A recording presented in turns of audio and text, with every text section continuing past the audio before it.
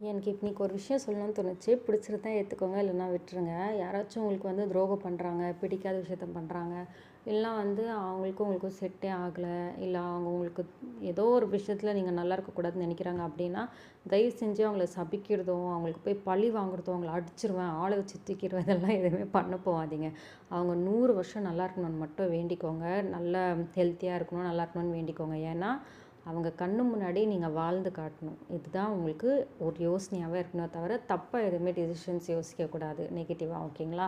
அது மட்டும் இல்ல, இப்போ நிறைய வந்து வெயில் சீசன் ஸ்டார்ட் ஆயிடுச்சு. தயவு செஞ்சு கிட்ட எங்கனா கடைக்கு போறீங்கன்னா கூட ஒரு சின்ன வாட்டர் பாட்டில் கேரி பண்ணிக்கோங்க. வெளியில ஒர்க் பண்ணுறவங்க கம்பல்சரி மோர், தயிர், கூழ், அதுக்கப்புறமா வந்து இளநீர் இதெல்லாம் குடிங்க. வெளியே ட்ராவல் பண்ணுறவங்க காரு, பைக்கெல்லாம் பார்த்து பத்திரமா ஓட்டுங்க. ஹெல்த்தியாக சேஃப்டியாக இருங்க. முதல்ல நல்லா சாப்பிடுங்க, ஹெல்த்தை பார்த்துக்கோங்க. நம்ம என்றைக்குமே நல்லா இருக்கணும், நம்ம கூட இருக்கவங்களும் நல்லா இருக்கணும், சந்தோஷமாக நிம்மதியாக இருக்கணும், மற்றவங்கள டிஸ்டர்ப் பண்ணாமல் இருக்கணும். உங்களுக்கு பிடிச்ச ஃபுட்டு கமெண்ட்டில் சொல்லுங்கள். தேங்க்யூ.